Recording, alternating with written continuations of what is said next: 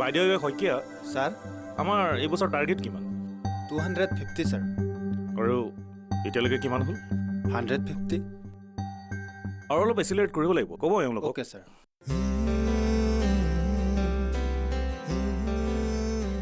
excuse মি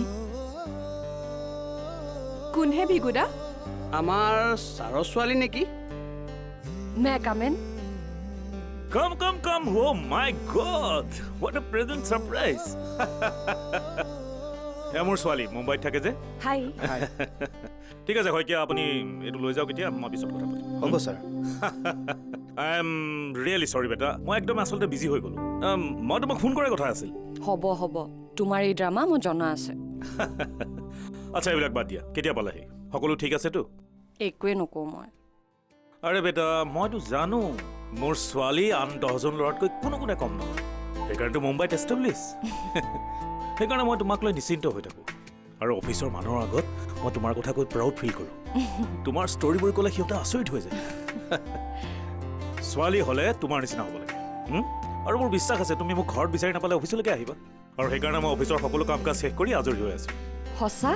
অঁ তোমাৰ শপত তেতিয়াহ'লে ব'লা তোমাৰ লগত মই বহুত কথাই পাতিবলগীয়া আছে হয় নেকি লেটছ গ' দেৱেন মোৰ ভাল বন্ধু আছিল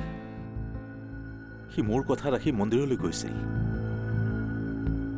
কিন্তু যেতিয়া মই এক্সিডেণ্টটো হোৱা বুলি গম পাইছিলোঁ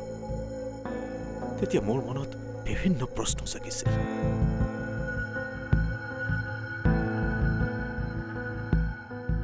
ইমান ডাঙৰ ঘটনা এটা ঘটি যোৱাৰ পিছতো দেৱেন শইকীয়া মোৰ ওচৰলৈ এবাৰো নাহিল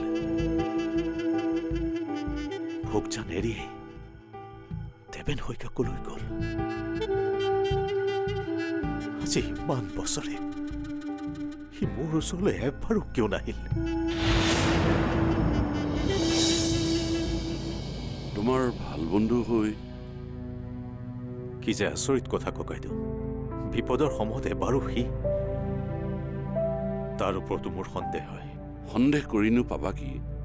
এতিয়াতো তোমাৰ পত্নী উভতি নাহে আৰু মোৰ পৌ বোৱাৰীকো উভতাই নাপাওঁ সকলো ভগৱানৰ ওপৰত এৰি দিয়া কিন্তু সেইজন বন্ধুক বহু বছৰ পিছত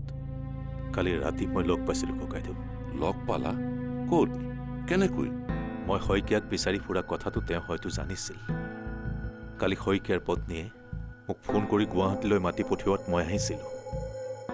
আৰু তেওঁক লগ পোৱাৰ পিছতেই ঘটনাটো ঘটিল ঘটনা কি ঘটনা মই ইমান দিনে জানিব খোজা কথাবোৰ তেওঁ মোক ক'ব বিচাৰিছিল কিন্তু কথাবোৰ আৰম্ভ কৰোঁতে হঠাৎ দেউতা সেৱা কৰিব হ'ল আহক দত্ত তুমি ইয়াতে বহাচোন এইবোৰ কথা মই পাছত ভালদৰে পাতিম